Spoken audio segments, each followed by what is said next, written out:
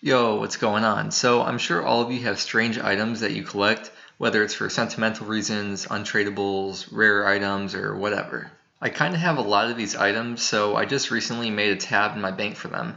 So today I want to go through and show off the weird collections that I have. So let's open up my bank. Okay, starting here with the first item is Enchanted Gems from Slayer. And whenever I go to a Slayer Master to get a task, I'll just fill up my inventory with these before I go bank. I thought it was kind of neat because you can't buy them on the GE, and it would take a lot of time to collect that many if you were actually trying to. And this is a more passive way to collect them without actually using up a lot of extra time. They're also helpful because I can make Slayer rings anytime I feel like it. Although I know the Eternal Gem just came out to eternally crush my dreams. Next, I have all these burnt foods in my bank. I've had these stacking up since Old School came out, and some of them are from my cooking, and a lot of it is just from picking it up off the ground. And it's added up over the years, especially the lobs. People will just drop huge stacks of these noted in random banks, but you know, one man's trash is another man's treasure. Then over here we've got some random event items. As you can see, I've kissed 127 frogs. There's also certain items the sandwich lady will offer you that are untradable and that you can only get from her. So I've been collecting these baguettes and these rolls. Over here I've got long bones from slaying, which are a 1 in 400 drop rate. That's the only way you can get them. Actually, I totally forgot about curve bones. Okay, I have one. I guess I'll put that in there. Curve bones are actually a 1 in 5,000 drop rate from certain monsters, so that's pretty good RNG, I guess. Another item I've collected from slaying is suqah teeth. They're a common drop from suqah that are untradable, and the only use I believe they're used for is grinding them up to use for payment for spirit trees. Then I've got these herb boxes from Nightmare Zone.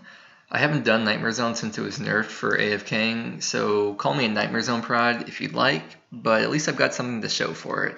I've got these bird's nests from 99 Woodcutting and from Kingdom. I've actually been checking my Kingdom almost every day, but I haven't collected in a long time, like at least a couple months.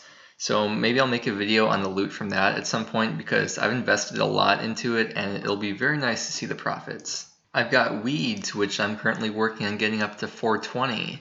I know I could easily buy them from the GE, but it feels much more satisfying growing it myself. I've got these light orbs from doing molten glass to 99 crafting, and a bit of post 99 XP as well. If I'm just bank standing, I'll just start crafting molten glass as a last resort so I'm not wasting XP. This marrentill tar is from training Herblore, and you make a lot of it very quickly. I'm sure it could be bought on the GE easily, but it doesn't even sell for 1 GP each, so I'm stuck with it for now. Then I've got golden nuggets from mining at Motherlode, marks of grace from training agility, and now that I look at it, I could probably trade these in for a lot of GP. Because I've completed the Artie Elite Diary, Bert delivers 84 buckets of sand to my bank every day, and it adds up over time. I totally forgot about this, and I was looking at my bank one day, and I was like, where did these thousands of buckets of sand come from? Now I'm kind of curious. I want to see how much this is worth. Let's find out. Okay, that's not bad. I kind of thought it would be more just because 18,000 buckets of sand is like a pretty big number. But that's still a good amount of money for doing absolutely nothing. And finally, I've got all these elf crystals from killing elf warriors on Slayer tasks. It's a common drop from them and they're untradable.